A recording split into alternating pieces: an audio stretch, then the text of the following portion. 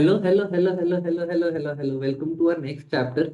So we are doing from our audited 100 pages. So we have already done all of these chapters, and today we will be doing your audit of insurance companies. Now in this chapter also, I have made our keys.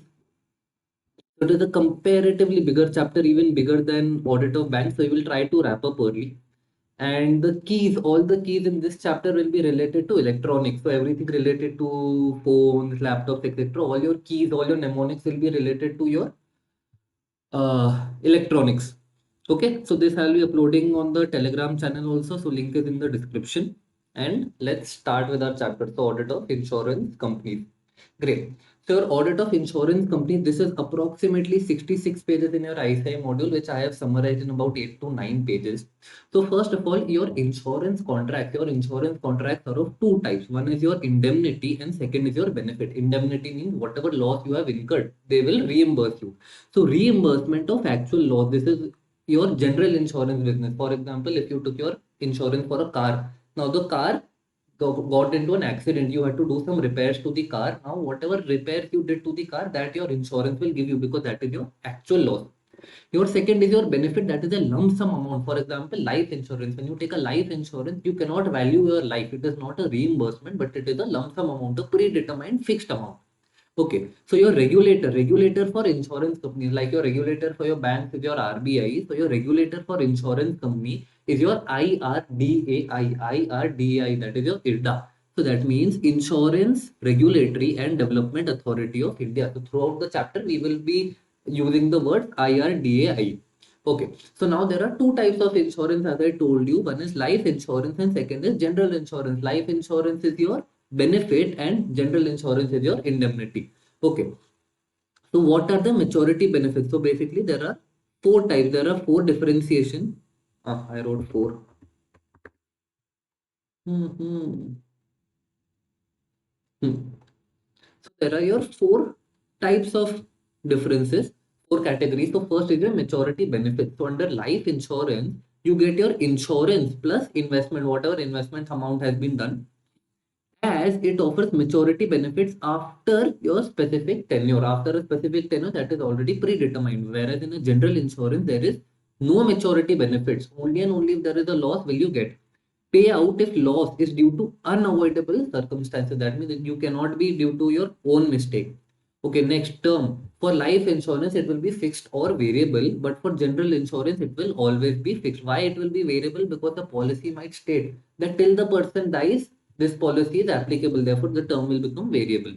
Now, third, your payout. In case of life insurance, it is certain, because if you've taken a policy on yourself for 10 lakhs and suppose you die, then in such a case, the payout will be for 10 lakhs. Therefore, your payout amount is certain. However, in case of general insurance, you will only be indemnified, you will only be reimbursed, you will only get a claim of how much is your actual loss.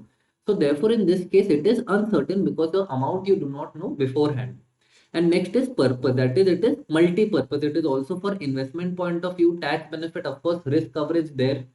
But for general insurance, it is only and only proper insurance. There is no way of benefit. So therefore, this is your purpose is multi, that is investment, tax benefit, etc. But general insurance is only pure insurance. Okay. Now one section you have to remember in this chapter, that is a very important section, that is 64 VB, section 64 VB of the Insurance Act. Now what does section 64 VB says? It says that the insurer, you have questions on this. Okay, so the insurer is not to assume risk unless premium or guarantee received in advance. This means that the insurance company will be liable for the claim only and only if you have paid the premium or any guarantee has been given. So therefore, insurer not to assume risk unless premium or guarantee has been received in advance. Okay, next, only Indian insurance company, only Indian insurance company. Now, what is an insurance Indian insurance company? Whose aggregate equity shares of foreign investors is less than or equal to 49%. That means in the company, your foreign investors can be maximum 49%. Can commence business. So only an Indian insurance company can commence business, and we know what an Indian insurance company is. A foreign insurance company can engage in reinsurance through branches in India. It can only enter through reinsurance. That means it cannot take direct insurance. Okay. Now, any insurance company, they should have a minimum paid up capital, of 100 crores. Now, this excludes your preliminary expenses. That means in these 100 crores, preliminary expenses will not be counted. And your minimum solvency ratio. So, your minimum solvency ratio is 150%. That means excess of assets over liability should be 150%. Okay. So I made the key for this also. So our first differentiation key also I've made. Let me see.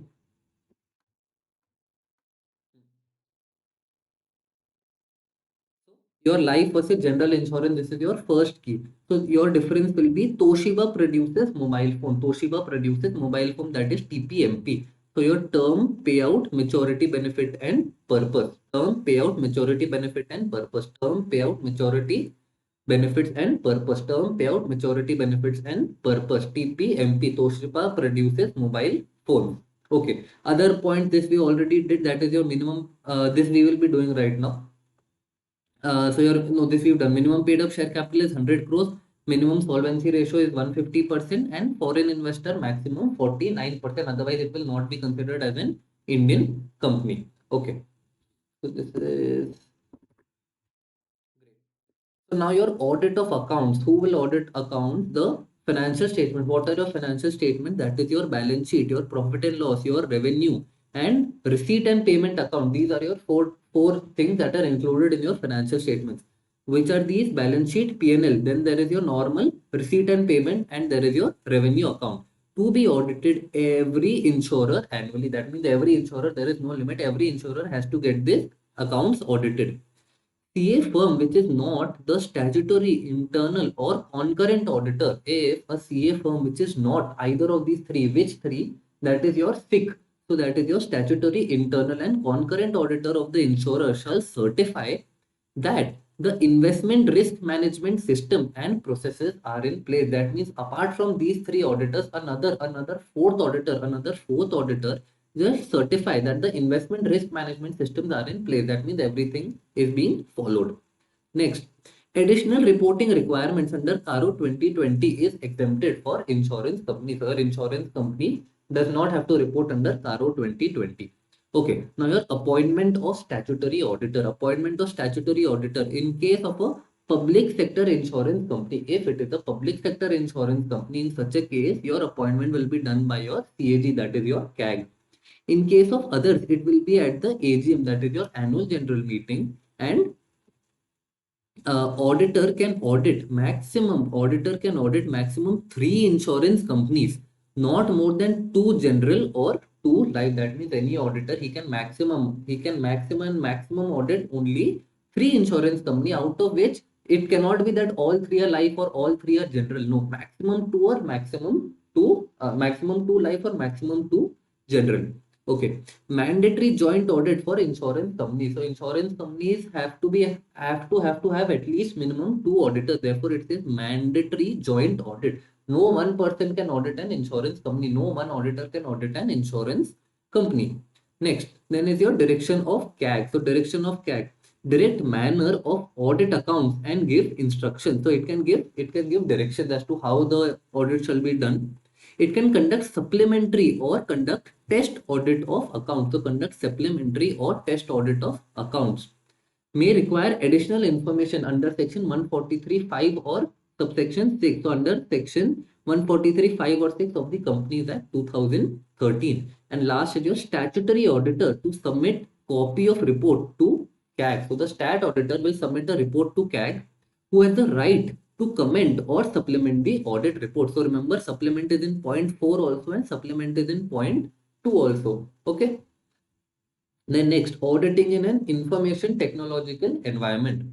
Select few transactions. So how do? You will select few transactions and trace in the system. So this is called your audit trail. When you trace a transaction from the start to the end, it's called an audit trail.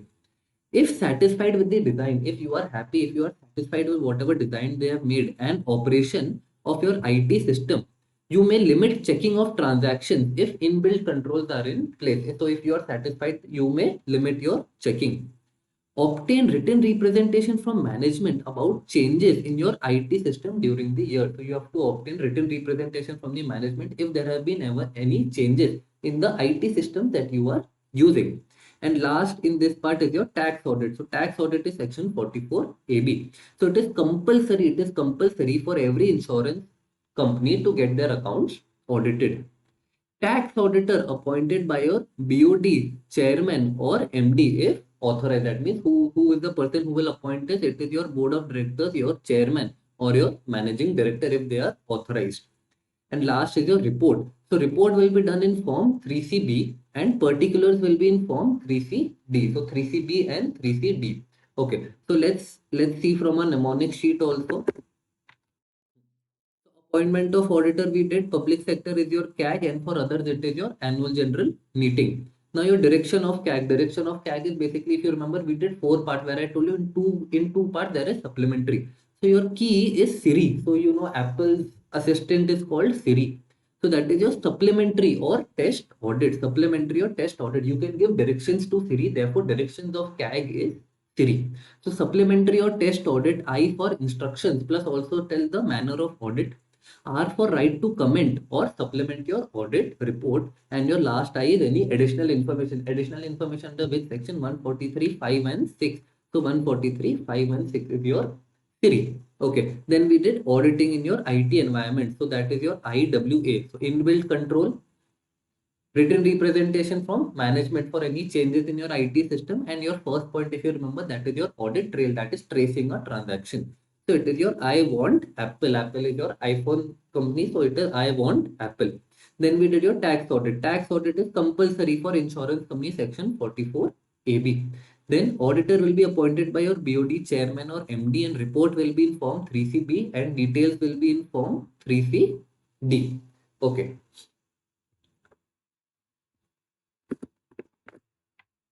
Great. So now your next is your types of life insurance products. So there are different types of life insurance products. So this chapter is basically divided into 2 parts.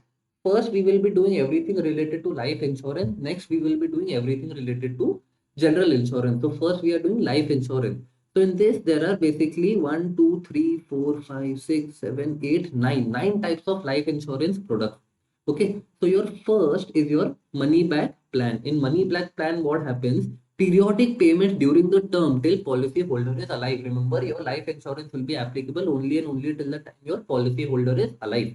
So you will be making periodic payments. You will be making periodic payments till the policy holder is alive, and full sum assured paid in cash of death plus any bonus. So that will be paid. So therefore, it is your money back. So you will be paying premium, and in the end, you will be receiving an assured sum plus any bonus.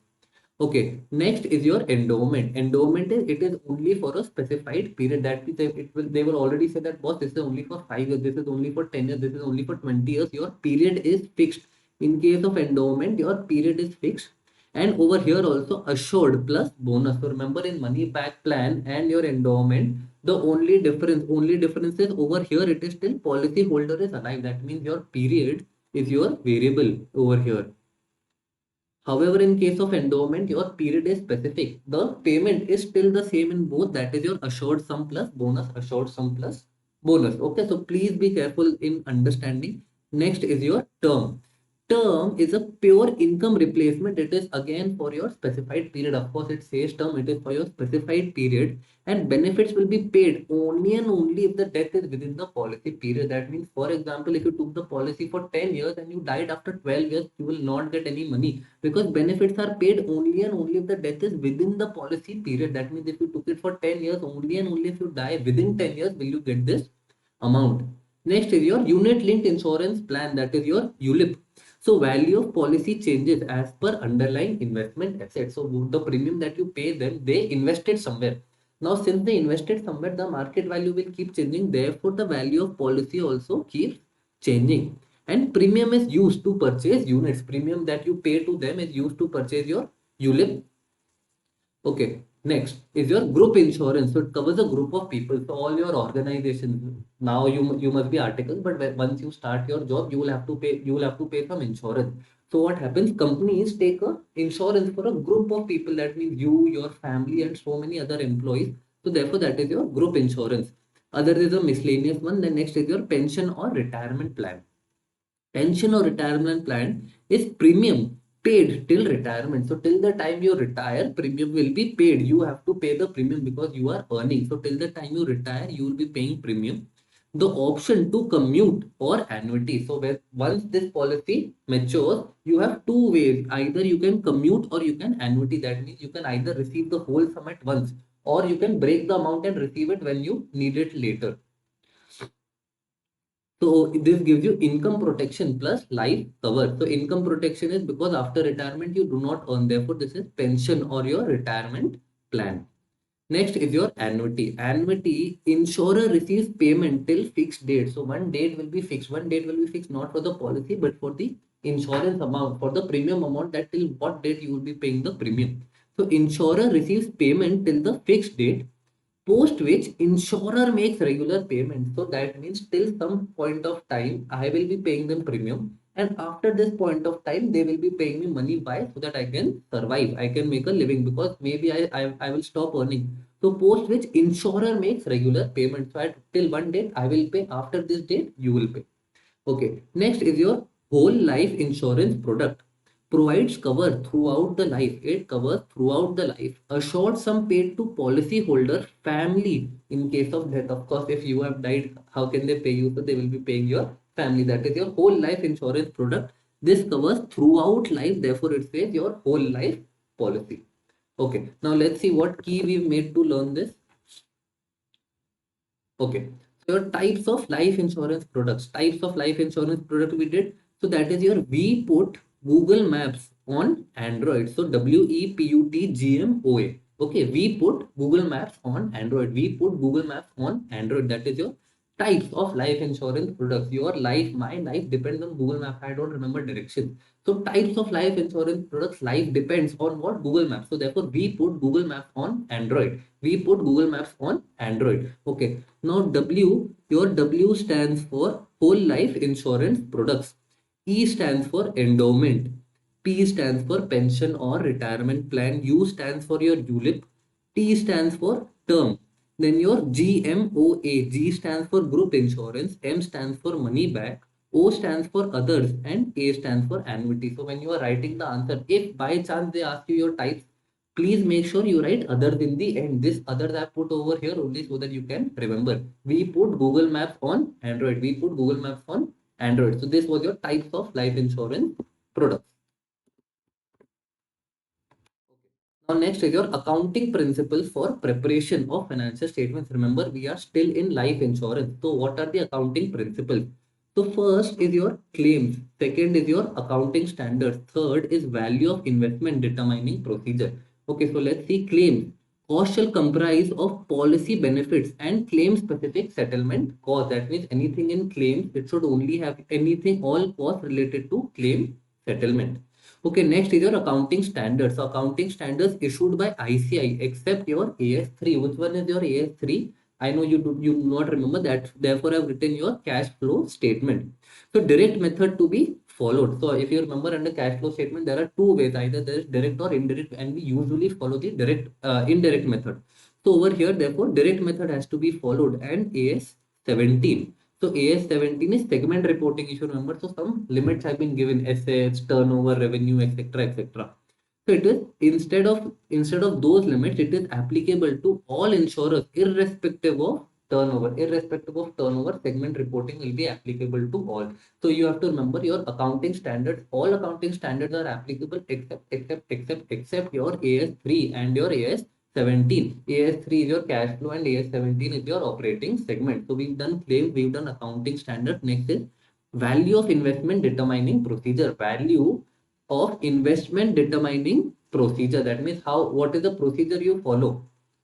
Okay. Okay, so we have four types. First is your real estate investment property. Second is your debt securities. Third is equity securities and derivative instruments which are listed. Of course, listed will be easier, and this is the same thing but for unlisted. Okay, so for real estate investment property, that is basically how do you value. So it will be recognized at your historical cost. By historical cost means the price at which you purchase, the actual cost that you incur, it will be recognized at that amount. This is your first time recognition when you are getting it into the books. Next, revaluation at least once in 3 years. That means you have to check the value by a registered valuer at least once in 3 years, and any change in carrying cost to be taken to your reval reserve. For example, if it is showing in your book at 100 rupees and now as per revaluation it is 120 rupees. So this 100 to 120, this 20 rupees, this has to be shown in the revaluation reserve. Do not transfer it to P&L. Okay, next is your debt security. Debt security is basically, for example, your bonds. So in case of debt securities and redeemable preference shares, they shall be considered. Your debt securities and redeemable preference shares shall be considered as held to maturity. If you remember, while studying FR, you have to do held till maturity, or you are planning to sell it in the middle. So therefore, in such a case, it will be considered as held to maturity, and it will be measured at your historical cost. So held to maturity and historical cost. Now your third is equity securities and derivative instruments which are listed. So measured at fair value at balance sheet date. So since this is listed, you have to remember you will have to measure it at a fair value at balance sheet date because price is readily available.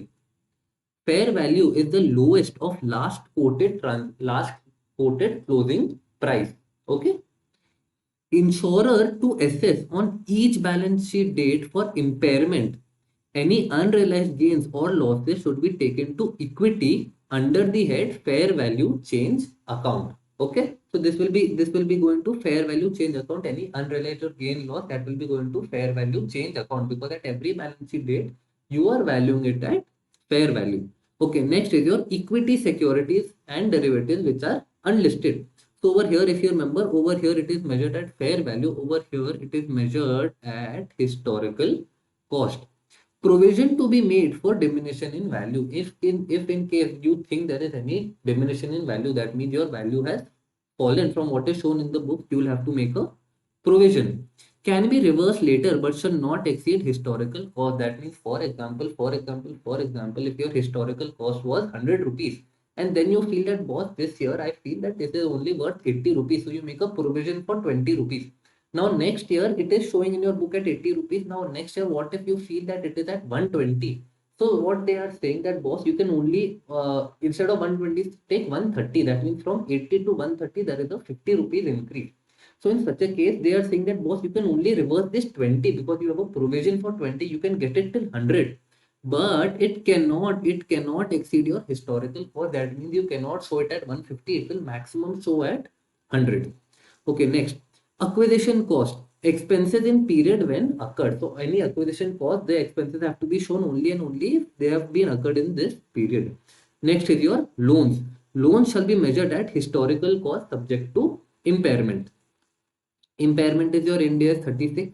Then funds for future appropriation. Fund for future appropriation means you are gathering funds which you are going to spend in the future. So funds allocation of which either to your policy holder or your shareholder. In this entire chapter, wherever you see PH stands for your policy holders.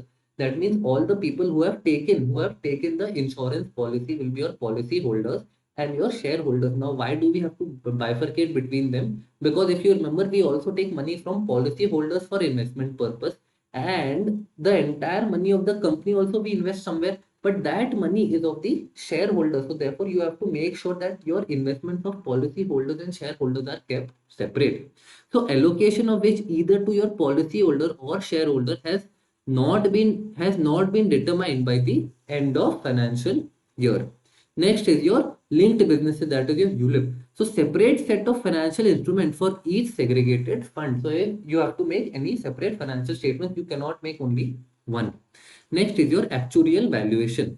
Estimation of liability against life policies shall be determined by actuary. So you have to take some assumptions. You have to calculate that, boss, how much do I think in this year will my policies expire, or how many of them will be against how many of them do I have to pay a claim. So therefore this will be done by your actuary. And last is your premium. So premium to be recognized only as income only when it is due. Only and only when it is due will you recognize it as an income.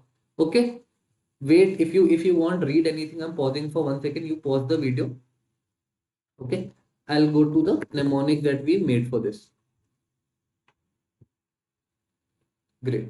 So accounting principles for preparation of financial statements. So that is your CPA voltage fall. You are showing your father that how voltage is falling. This is your accounting principle. Okay, so CPA voltage fall. C for claims, P for premium, A for accounting standards and acquisition cost. Then V is your value of investment determining procedure. Next is your funds for future appropriation. A for actuarial valuation, L for loans, and L for linked businesses. Okay, so it is your C par voltage fall. C par voltage fall. C is your claims, P is your premium, A is your accounting standards, then A is your acquisition cost. C is claims, premium, accounting standards, acquisition cost. Then V is your value of investment determining procedure. So C par voltage, now we have fall. So your F stands for funds for future appropriation, A stands for actuarial valuation, L stands for loans, and L stands for linked businesses. Now coming to your disclosures forming part of financial statement. That means what disclosure shall be given in your life insurance financial statements. So first is basis of amortization of debt security. That means on what basis, how are you amortizing the debt securities, how are you spreading the expense over the years. Next, commitments outstanding for loans, investments, and your fixed assets. Claims settled and remaining unpaid for a period greater than 6 months. So you have to disclose how much claims you have settled and how many are still unpaid. That means you have not paid them. You have accepted the claim but not paid for how much? For a period of more than 6 months.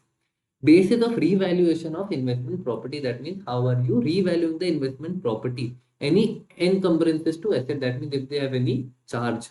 Next, actuarial valuation for valuation of liability. Your claims are nothing but your liability. So your actuarial assumption, that means what assumptions have the actuary taken. Next is your contingent liabilities, and last is your historical cost of investment valued at fair value. That means all the investments that you are valuing at fair value, what was their historical cost, so that people know that you purchased it at this much and this is their current fair value. Okay, now your contingent liabilities, I made a key for contingent liability, that is your CS group. So CS stands for a counter strike. So all the usually boys would be knowing CS stands for your counter strike.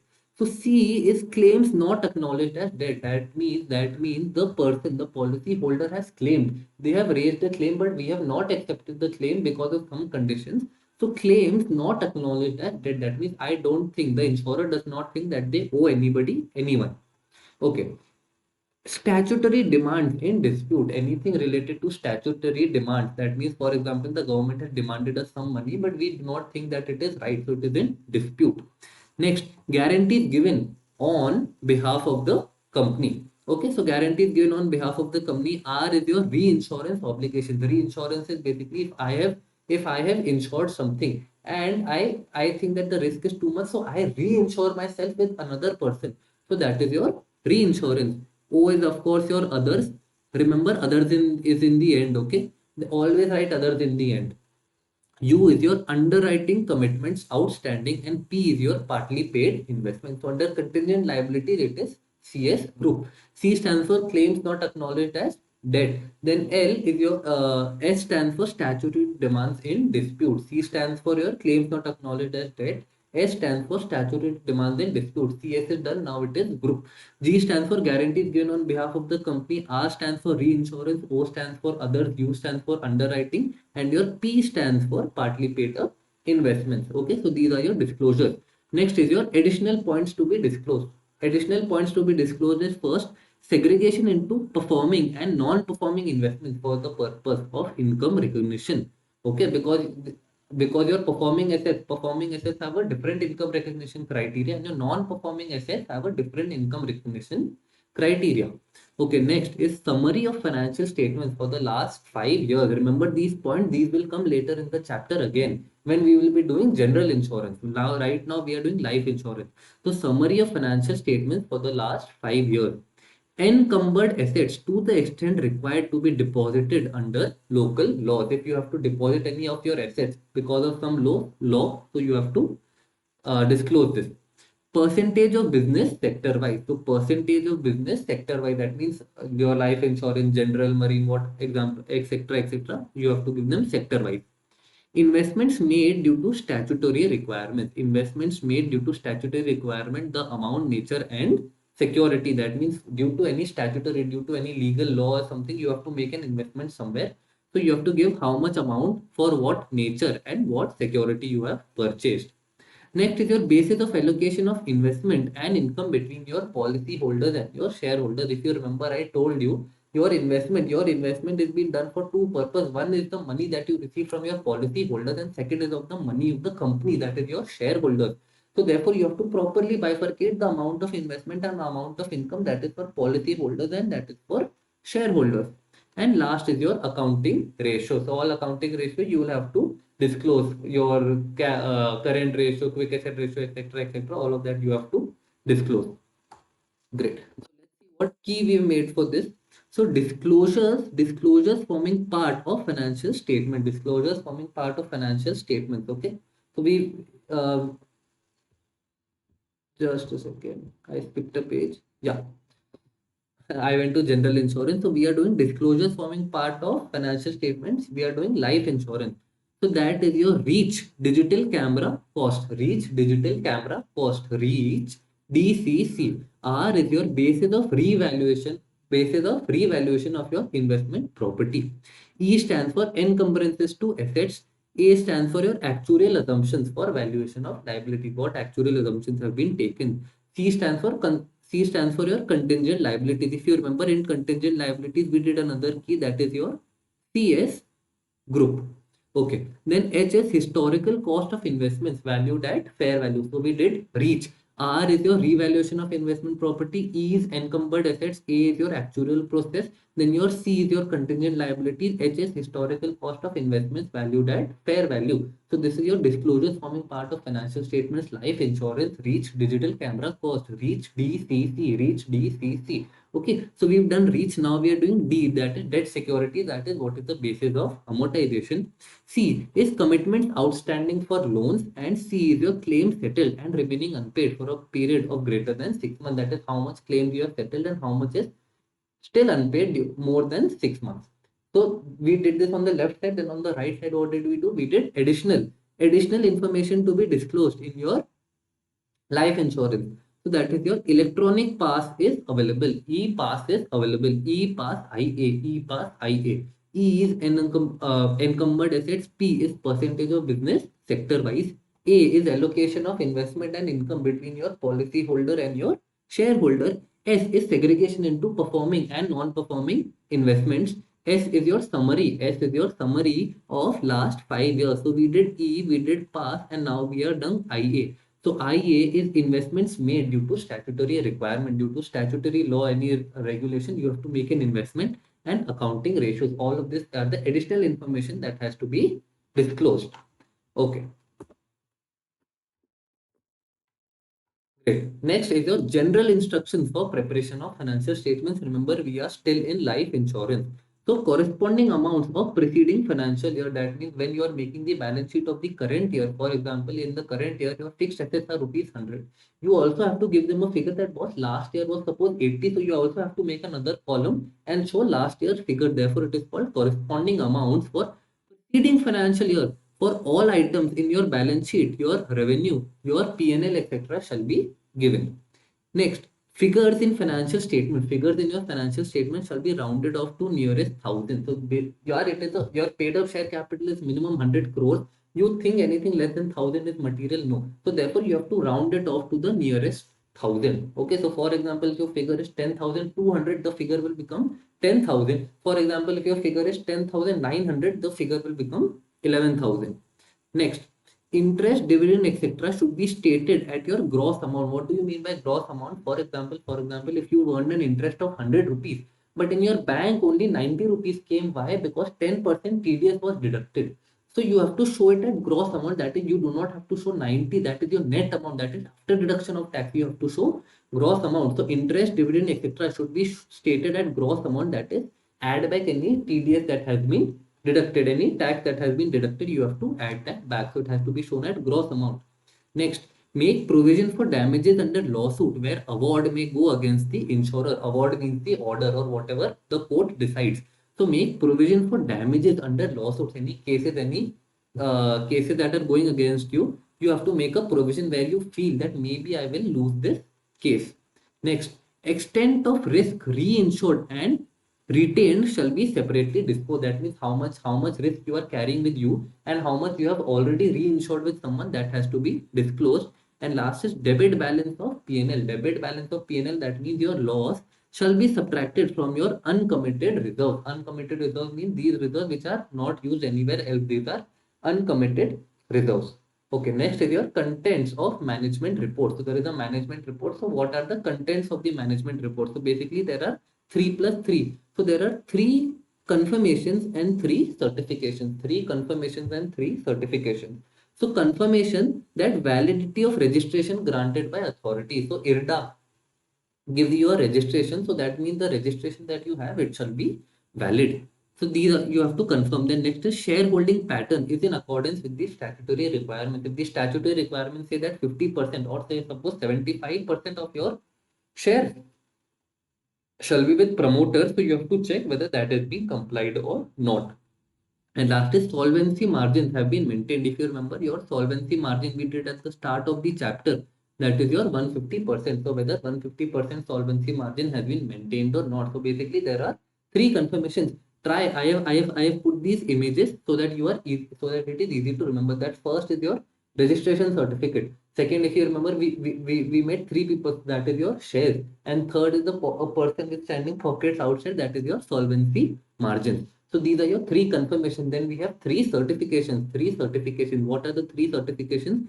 First, that your statutory dues have been duly paid. Anything that related to the government or laws, anything related to statutes, all of that has been paid. We need a certification. Then next, asset values being reviewed at not exceeding realizable value. Asset values in your balance sheet statement, they are not greater than your realizable value. And last is your life insurance fund. Life insurance fund has not been applied in contravention to provisions. There are certain areas where only you will be able to use your life insurance fund. So if you use it for any other purpose other than those stated, that will be in contravention to the provision. So basically there is 3 plus 3, 3 plus 3. What did we do? Your contents of management report. Your first was your certificate validity. Second was your shareholding pattern. Third was your solvency margin. These are three confirmations. Then next we did 3 certifications. 3 certifications, what did we do? That first, all your statutory dues have been paid. Second, your assets not valued at more than your NRV. And third, that life insurance fund has been applied in as per the provision. That means it has not been applied against the provision. Okay, so with this we are done. With 2 pages of your life insurance. Okay, now next is your areas peculiar to life insurance business. So before that, if you want, we'll just do the key that we made. uh,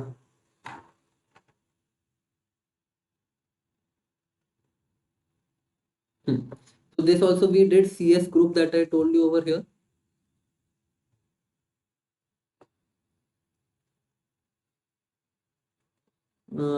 Yeah, so general instructions for preparation of your financial statements of life insurance. General instructions we did. First, corresponding figures of previous year also have to be shown. The next is rounded off to nearest thousand. So the key is computers require good routing and processing power. Computer requires good routing and processing power. CRGRPR. CRGRPR. Okay. Sorry, PP. CRGRPP. CR. Uh, uh, yeah, CRGR. This should be PP. Okay, in the key. Okay. Next is gross figure. That means net of TDS. No, TDS has to be added back. Reinsured and retained, disclose with that how much portion you have reinsured and how much is retained, you have to disclose. Provision for damages under lawsuit where you feel that the award might go against the insurer, and P&L debit balance minus from uncommitted reserve. That means you can adjust it from your uncommitted reserve. Next was your contents of management report. Contents of management report is 3 confirmations and 3 certificates. So that is your shareholding pattern, solvency margins, uh, So these, if you remember, these both are your uh, yeah. So then we have done statutory due. So this is your SSS. Then there is your assets valued at not greater than your NRV, validity of registration, and life insurance fund not applied in contravention. So I hope you know the 3-3 rule. Okay. Now next we are doing your areas peculiar to life insurance business. So areas peculiar to life insurance business, first is your actuarial process. So detailed analysis of data to quantify risk, because you know risk but you do not know how much risk. So actually helps you identify that both this is your quantity of risk, this much risk you have. Next, actuarial department calculating and modeling hub of the company. It concentrates on product development. It helps creates new product, model development, business planning, statutory valuation, solvency management, business valuation, and profitability models. All of this your actuarial process done. So role of auditor is to check whether actuarial valuation of liabilities is certified by the actuary or not. It has to be certified. And second is assumptions for such valuation as per the guidelines issued. That means whatever assumption that the actuary has taken, whether they are as per the guidelines or not. Second is your policy lapse and revival. So I put Rahul Gandhi's photo because he said Khatam, Tata, bye bye. So therefore that is your policy lapse and revival. So lapse is when policy discontinues due to non-payment of premium. That means your policy stops because payment has not been made. Grace period given if payment is missed, and lapsed policy ceases to provide insurance protection. Once the policy lapse, you will not be given any insurance protection because you did not pay the premium. Policy can be revived during lifetime of the life assured. Because we are studying life, so it can be revived anytime if the person is alive. Policy lapsation tracked via system which prompt due date for premium. So it is all in the system that boss, this policy is getting lapsed on this day. So we will be notifying them that boss, please pay the premium to continue the policy. So what is the role of auditor? Role of auditor is to check and confirm due dates recorded and monitored properly. That means in the system that the due dates that we put, whether they have recorded and monitored properly or not. And if policy is revived, whether the outstanding amount and documents have been obtained. That means the policy first lapsed, then we revived it. So whether the outstanding amount, whatever outstanding amount of premium that we have received or not. Next is your policy surrender. So surrender is voluntary termination before expiry of the term of contract. Before the policy expires, the policy holder surrenders the policy that boss, I do not want the policy. Cannot be surrendered if 3 years have been completed from commencement. That means if the policy has already been active for 3 years, then you cannot surrender such policy. Provided premium has been paid for all 3 years. Policy can be surrendered only if insured person is alive. That means after the insured person is dead, you cannot surrender the policy. Now, what is your role of auditor? What is your role of auditor? Your role of auditor is check that the surrender request has been received from your policy holder only. The person who owns the policy, the request will have to come from that person. Is it or not? And next, check whether surrender amount has been paid to policy holder only as per terms and conditions. Since this person has paid the premium, has been paying the premium over a period of years, and he terminates the policy before it actually matures. Therefore, in such a case, such amount will also be paid to the policy holder as per the terms and conditions. Great. Next is your premium collecting accounts and reconciliation.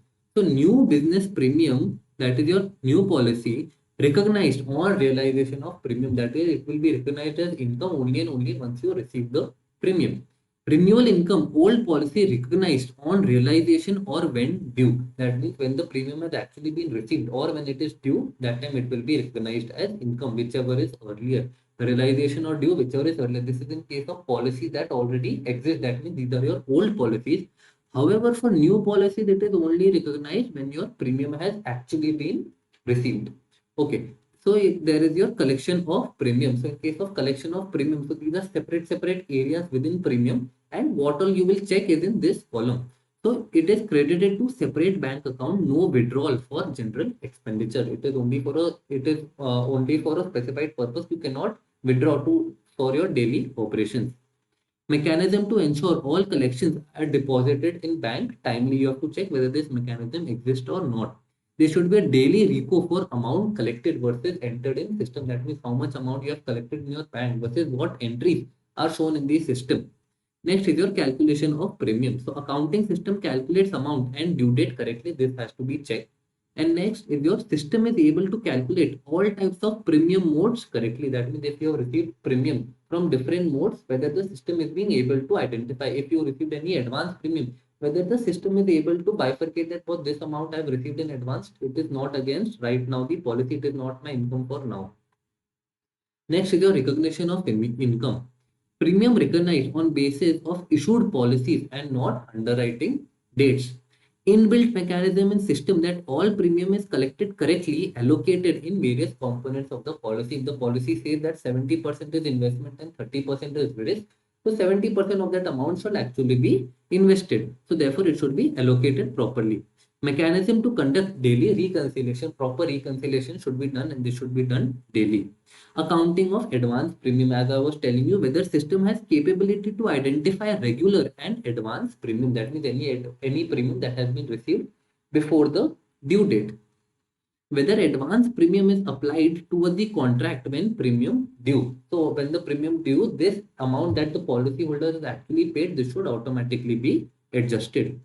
Reporting figures to IRDA or management. So you have to check the methodology for generation of MIS. MIS is your management information system. So generation of MIS, there should be no manual intervention. Your report shall be automatic from the system. Procedure of maker checker before finalizing the MIS. So one person shall make it, another person shall check it. Reconciliation between premium income reported versus financial. So whatever income you report to the management and your what is shown in the financial, though both those amounts should be compared. Next is your reinsurance. Reinsurance, if you see the photo, that means one person is covering the risk of another person. So one insurance company covers the risk of another insurance company. This is your reinsurance. Risk underwritten by one insurer is transferred partially. That means only some portion to another insurer. That means if for example, if someone comes to me and tells me that Dheer, you cover this risk of 100 crores. Now I don't think only in if for example if that if he ever claims I will go bankrupt, so in such a case what do? I catch another insurer that boss, you take 50, I take 50. If in case ever happens, both of us will split 50% of premium income is yours. Okay. So what is the role of auditor? Verification of agreement entered with the reinsurer, that means the other party that I enter with, and of course I will be getting into an agreement with them. So you have to check the agreement, whether insurer has adhered to the terms and conditions of the agreement. And last is verification of payments made to reinsurer and provision creation. So because your provision that you have created, that will also be shared. If it is a 50% contract that you entered, the provision also you will make for 50%, and the payment also you will have to make to the reinsurer. That is whatever premium you receive, you will have to pay some premium to them also for taking the risk. Next is your operating expenses. So operating expenses, any major expense. Now what is your major expense? You will ask me. Major expense is higher. It is higher of 5 lakhs or 1% of net premium. 5 lakhs or 1% of net premium. 5 lakhs or 1% of net premium. 5 lakhs or 1% of net premium, whichever is higher. 5 lakh, 5 lakh, 5 lakh, 5 lakh or 1% of net premium, whichever is higher, that is your major expense. It is required to be shown separately. Any major expense. What is major expense? More than 5 lakh or greater or 1% of your net income, 1% of net premium, whichever is higher. So what is the role of auditor? Ensure expense aggregated, then apportioned to each business reasonably. That means all the expenses are first added, they are aggregated, and then we give them to your different businesses. Accounting policy to clearly indicate basis of apportionment of these expenses. That means on how you have is it on basis of assets, is it on basis of number of people, how you have allocated, what basis you have used, this accounting policy shall be state. Certificate that all expenses incurred have been debited to the revenue account. So there should be a certificate that all expenses we have put the revenue account. We are not trying to inflate our profit. All expenses we have actually charged to P&L. So your legal and professional charges. Some points to note that your legal and professional charges, your fees, legal and other expenses to form part of claim cost and not your legal and professional charges. So your fees, legal and other expenses, they will form part of claim cost because it is related to your claims. Next, Employment remuneration, employees remuneration and welfare benefits. Employees remuneration, that is whatever salary you pay. So medical fees incurred toward maintenance of healthcare policies should be debited to the claim cost. Any medical fees that you are paying towards maintaining of your healthcare policies, now that is not related to your employees, it is related to your claims. So that also will be debited to your claims cost. Over here also it will be part of claims cost. Third, interest and bank charges. So only expenses incurred toward maintenance of bank account, interest and other charges levied by bankers to normal course of business and not relating to investment shown in this head. That means anything that is related to investments will not be shown under this head because that is your policy holders amount. Then next is your depreciation. Compliance to accounting standard. So your depreciation, which are accounting standard you are following. For example, if you are following Ind AS, so your PP that provides for depreciation also. And your last is interest, dividend, and rent. So if you remember, point 3 is interest and bank charges. This is your expense, and this is your interest, dividend, and rent. So allocation of interest, dividend, and rent between your revenue, that is your policy holder funds, and your PNL, that is your loans investment account, to be clearly stated in the policy. So allocation of interest, dividend, all of this, how you are allocating between the revenue account, that is using your policy holders funds, and your PNL, that is using your loans and investments, etc. They should be clearly stated in policy. Okay, next is your free look cancellation, that they also call as FLC. So insurer to forward policy document to insurer, for example, LIC. LIC is your insurer and you have taken the policy, so you are insured. So LIC to forward policy document to you to review the terms and conditions. The terms and conditions within 15 days from receipt of policy. So within 15 days of receipt of policy, they will give you time to review. Insured, that means you may suggest changes or ask for refund of premium. If you do not accept to the terms and conditions, you will say that, boss, I don't want this policy, or you can ask for a refund. So your FLC refund is your premium paid minus proportion of risk premium minus your medical charges which were borne by the insurer. Because now you are not taking the policy, all these costs will be subtracted and only then the premium that you have paid net of this will be repay you. So role of auditor is to confirm that your free look cancellation request is received within 15 days of document received. It should be within 15 days. Remember, this is an important time period. Next, signature verification of policy holder and processing FLC request within defined TAT is your turnaround time. So they also have to say that, boss, if that person has given, if the insured has given the insurer that, boss, I want to cancel this policy, so they will have a specified date that from this date, within 5 days, you have to close this process. So that is your turnaround time. Next is your underwriting. So underwriting is verifying level of risk in new entrant is called your selection or underwriting. So when you are checking what is your risk, that is your underwriting. Underwriter assesses the risk and determines premium to be charged. That means how much premium should I charge my policy holder. Underwriter may reduce risk or increase premium in high risk contracts. So either they will say that, boss, I will not cover these risks if I'm covering your health. I will not cover any diseases related to your eyes or anything related to skin, because they are trying to reduce their risk. Either they will do this or they will charge you very high premium. Okay, so now your role of auditor is to review process of acceptance of risk, test effectiveness of your internal controls to ensure timely insurance policy. And last is adherence to IRDA. So anything that the IRDA says, you have to check whether that is being adhered or not. Next is your claim. That is your last part. So variety of claims. There are a variety of claims. Health claims, annuity, death claim, policy surrender, rider claim, other survival benefits, maturity claims. Okay, so the key I've made is had prom. So you have to focus on the authority matrix for approval. Authority matrix is they've defined levels. They must have defined level that, boss, this person can approve this person can approve. So that is your authority matrix. Claim lodgement and processing. That means how the person claims lodge and what processes are being followed. Review reporting of claims and benefits paid. Of course, this is your major expense. That is the what benefits you are paying, what claims you have already settled. So now this is your important. Till now you only had 2 to 3 points in role of auditor, so therefore it is okay. But for claims, it is very important because you have quite a lot of points. So first is review standard policy document template. That means you have to check whether there is a standard policy with regards to what documents are required. Ensure record of claims maintained with date of claim and discharge. That means you have to say that was when the claim was received, you have to put all date, and when you discharge it, all of that should be written because this will help in calculation of your turnaround time. Review reasons for rejection of claims. You have to check that was is the insurance company just rejecting claims as it is, or are they following the terms and conditions. Check whether all claims received are registered and entered in payment. Whatever claims they have received, whether they have put this in the register or not. Claims cost shall include your claim settlement cost, reconciliation between claims management system and your general ledger. So you have to reconcile between your claims management system and your general ledger. General ledger is basically what is being shown under your financial statements. Next, liability of claims shall be booked net of reinsurance. It should be booked net of reinsurance. For example, you took a liability of 100 and then you asked another insurer that was please you take 30. So therefore, the liability that you will be showing, it will only be 70 because this 30 is not your liability anymore. Therefore, they say net of reinsurance. That means after subtracting your reinsurance.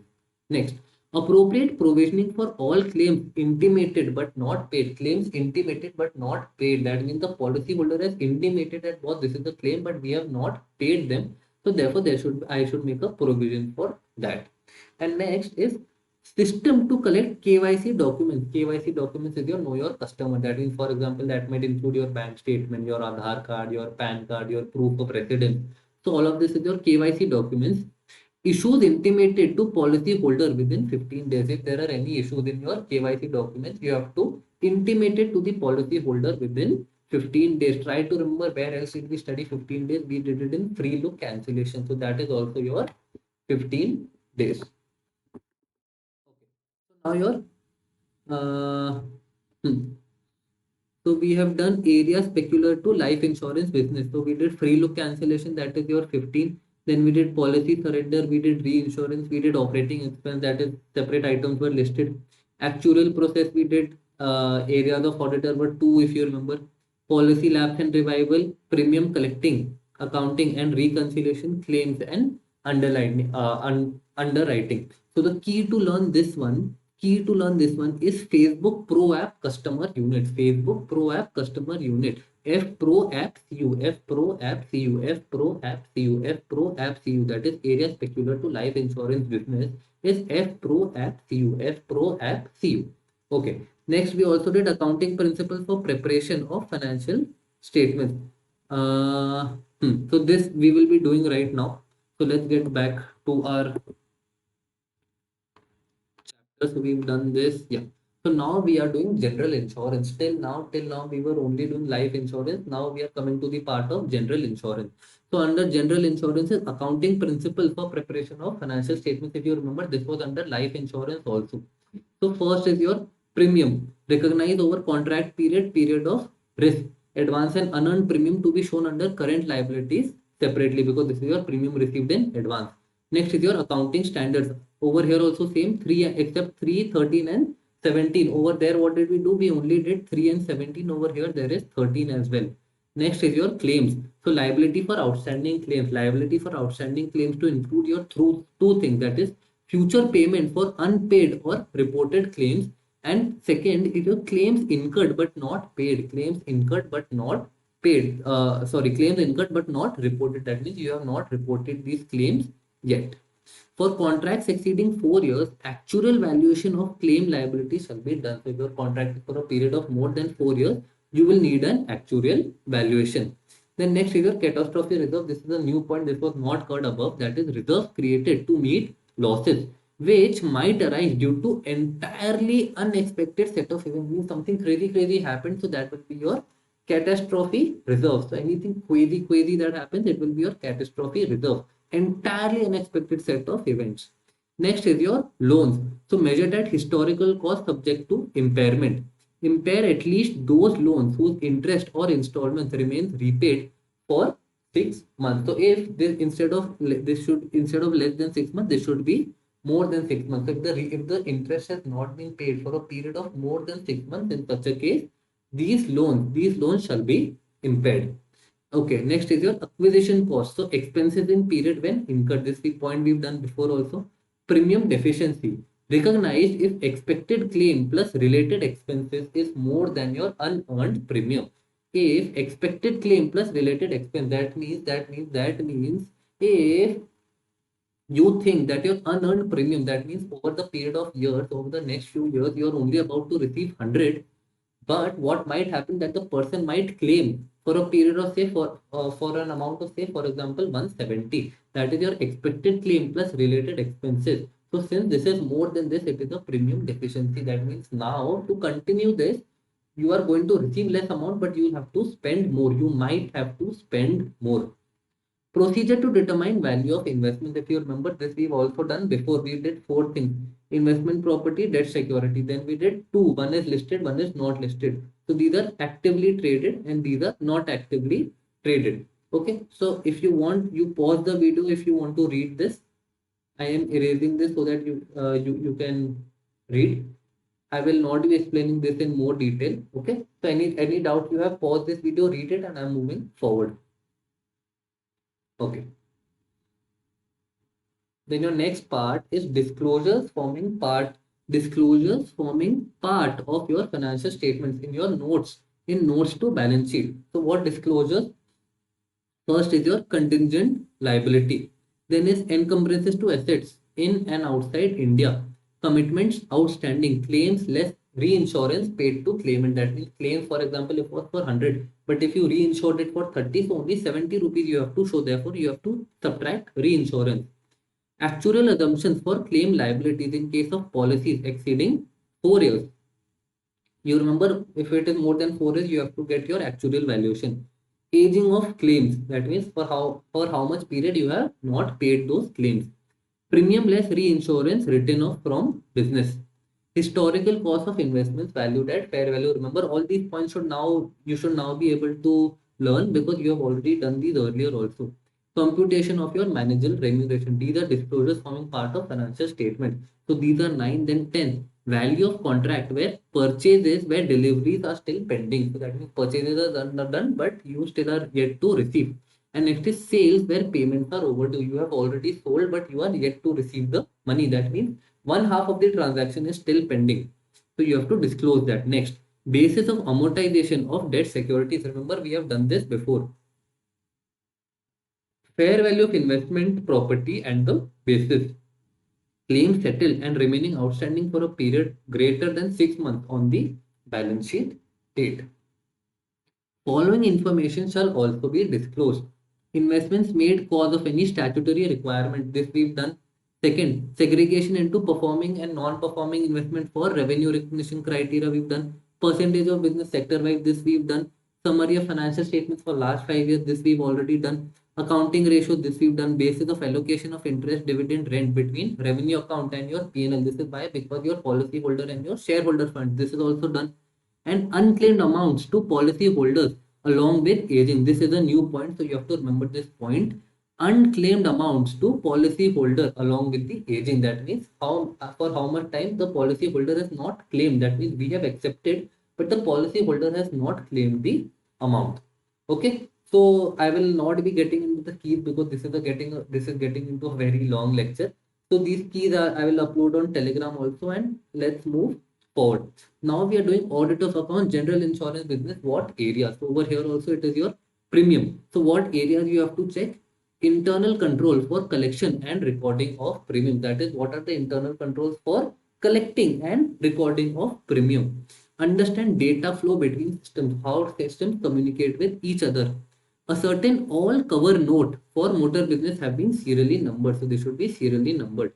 Any premium received for risk commencing in next financial year to be shown as premium received in advance, because this premium is for the next year. So you have to show as premium received in advance. Whether reinsurance company not under risk with respect to amount outstanding in the following account. So there are your 4 accounts. This is your premium deposit, premium received in advance, inspector deposit, and your agent's premium. So under these four, reinsurance company will not be under risk. That is the another party who has reinsured. Collections lost after balance sheet date to check if premium relates to the year under audit. Figure in premium register shall match with your general ledger. So of course there will be one register and one will be a general ledger. General ledger is used for your financial statements and your premium register is used for your daily business operations. So both these figures should match. Whether premium collected as and when due, whether you have taken the premium, whether you've taken the premium or not when it was due. Premium installment falling in next year shall not be shown under premium outstanding. Okay, so any premium, of course, if your installment is falling next year, that means it is in next year. How can you show it under your outstanding? Outstanding is if it was due in this year. In case of cancellation of policies, no risk assumed post cancellation. If the policy has been cancelled, the insurer will not be liable for anything. Money collected by agents from policyholder received by company as soon as possible. That means if the agent has collected any money, this has to be given back to the company ASAP. Bank guarantee against which policy issued are valid and whether there is a tracking mechanism. So any bank guarantee, if they have received any bank guarantees against policy, whether the bank guarantee is valid and is there a tracking mechanism. That means which policy has which bank guarantee. Okay, I made a key for all these points, so that PDF you can use to learn. Next is your registers and records maintained. So the key to learn this is DRIPS. So that is your claim disbursement bank book. Claim disbursement bank book. That is what records and register you have to maintain for claims. So claim disbursement bank book, claims docket, report of quality assurance team, claim intimation register, claim paid register, and your salvage register. So basically there are 4 claims. So claim disbursement, claim intimation, claim docket, and claim paid. Claim docket, claim paid, claim disbursement, claim intimation, claim disbursement, claim document, claim paid. These are your 4 claims. Then there is report of quality assurance and one there is salvage register. Okay. So there are 2 items now. One is your claims provision and second is your claims paid. So how do you check your claims provision? That means how you making the provision, whether it is accurate or not. So you have to check provision has been made for all unsettled claims at the end of the year. You need to make a provision. Review predetermined calculation formula. Whatever formula they are using, you have to check. Provision made only if company was legally liable. That means, for example, your section 64 VB. If premium was not paid, your company is not legally liable. Provision not in excess of amount insured. If you have insured for maximum say 1 lakh, your provision cannot be more than 1 lakh because in no case you will be paying them more than 1 lakh rupees. Average clause applied in case of under insurance. For example, if you gave them an insurance of stock, they said that boss, in case of fire of stock, if your stock is up to 1 lakh, I will pay itna so much amount. If in case on the day of the warehouse, they had stock of say for example 2 lakh and I had promised them 10,000. So instead of 10,000, I will put an average clause that was since you promised 1 lakh, but your stock was 2 lakh. So instead of 10,000, I will pay you only 5,000. So that is your average clause.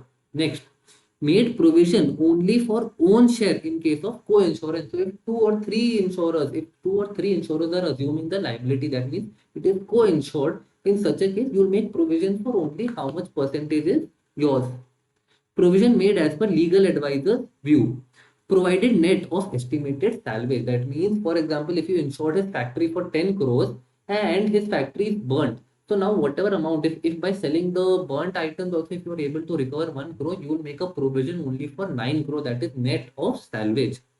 Intimation for loss received within time. That is the policy holder shall intimate you within time. This is your claim provision. Next is your claims paid. Claims not to be paid if premium is not received under section 64 VB. Very important section. Okay.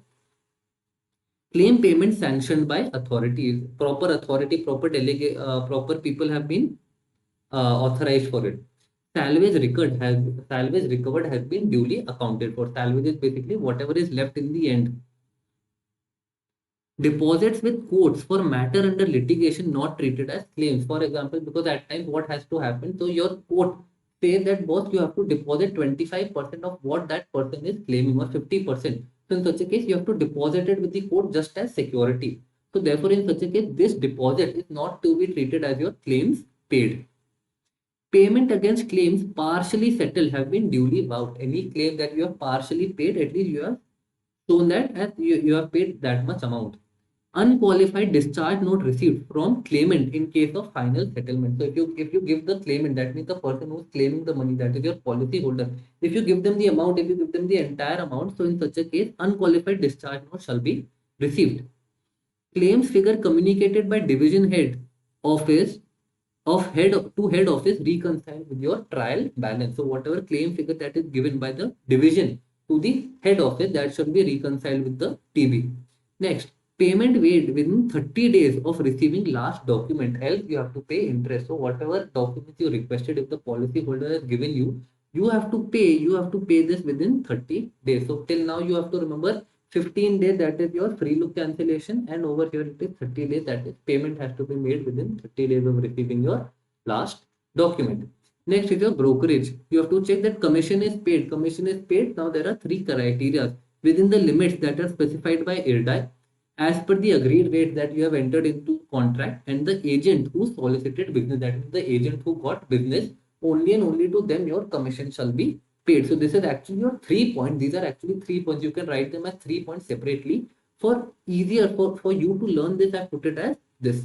Next, ensure that agent is not blacklisted by IRDAI. That means IRDAI does not blacklist the person. IRDAI has allowed such person to act as agent. Vouch disbursement entries with commission bills and commission statement. Disbursement is whatever payment you have made, you have to check it with commission bills. Whether vouchers are authorized by officer in charge and TDS. Test check correctness of amount of commission allowed. That means whatever amount commission you have paid, you will check whether the amount has been calculated correctly or not. Whether commission outgo for period has been duly accounted. That means the commission that you have paid, whether you have properly accounted that in the books or not. Scrutinize agent ledgers and balances. Examine accounts with your debit balances. That means in what case does the agent owe you by their debit balance. Then your underwriting, function of evaluating risk and whether insurance company should accept the risk or not. That is basically your underwriting.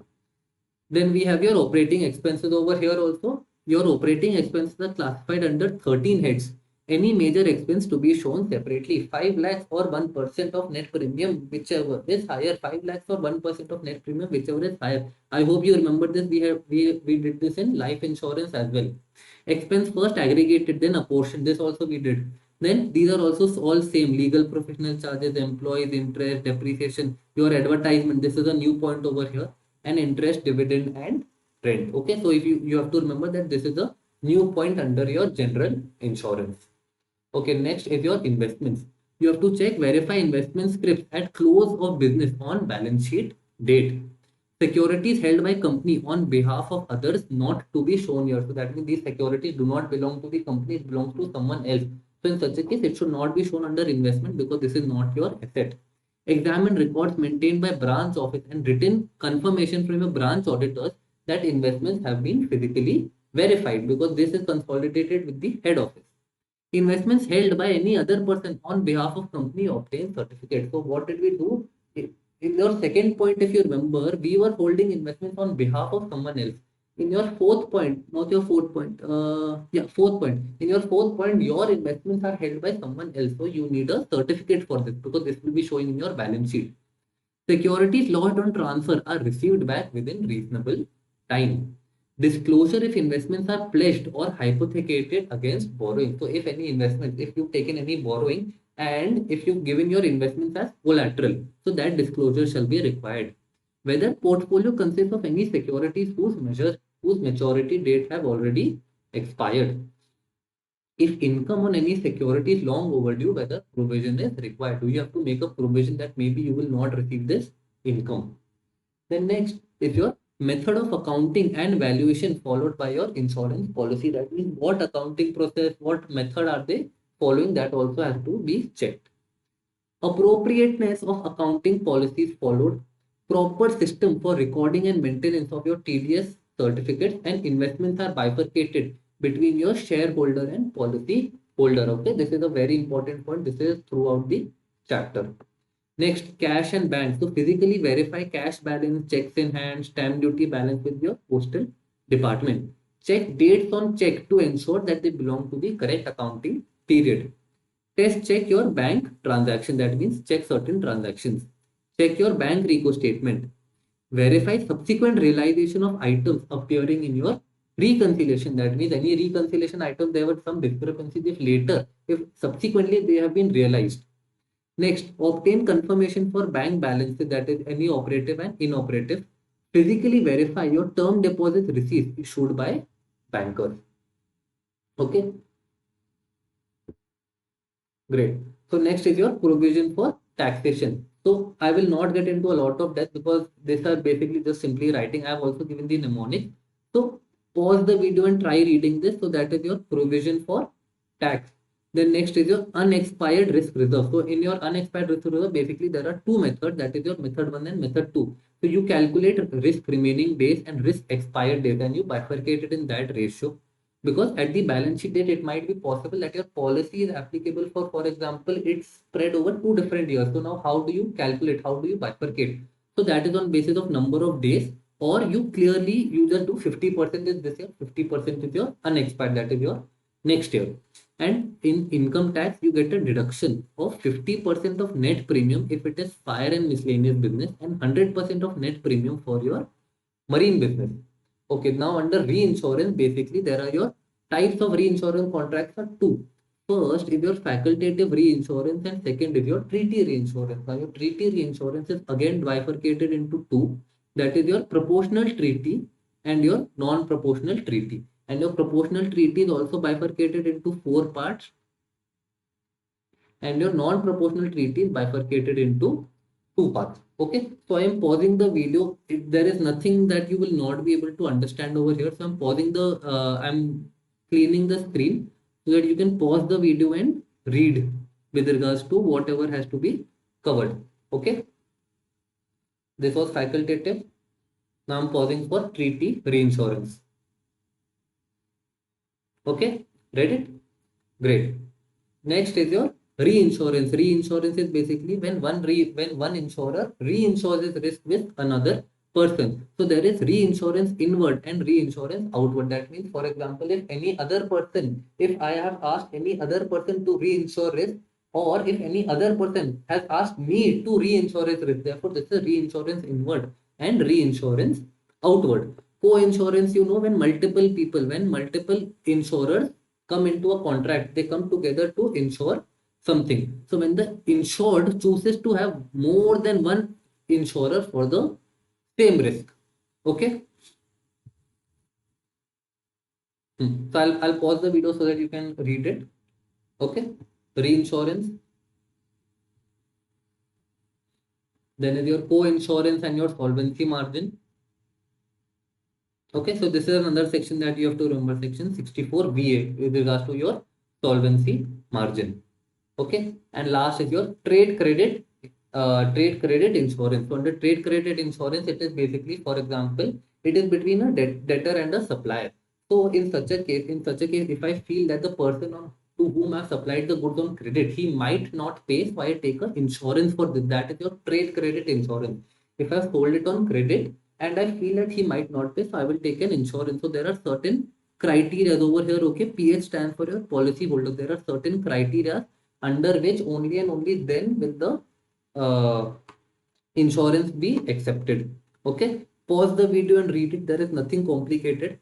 I want you to learn it. Okay, so remember to download the mnemonics from the Telegram channel. Okay, and the last part is signature and reports to be attached with accounts. So in case of a company, accounts signed by chairman plus 2 directors plus your principal officer. Account should be accompanied by statement containing name, occupation, directorship held by person in charge of management for the period. So his name, his occupation, and where does he hold directorship. All of this shall be given in the report. Okay, and with this we are done with the chapter. So all the mnemonics, if you want to see, so this is basically I think 4 to 5 pages. All your mnemonics. I've made everything related to electronics, robotics, computer, uh, custom software. So everything will be related to software. So this you can use as your ultimate last day revision. Great, comparatively bigger chapter, but I hope I have made it as simple as possible for you. and I'll see you in the next video.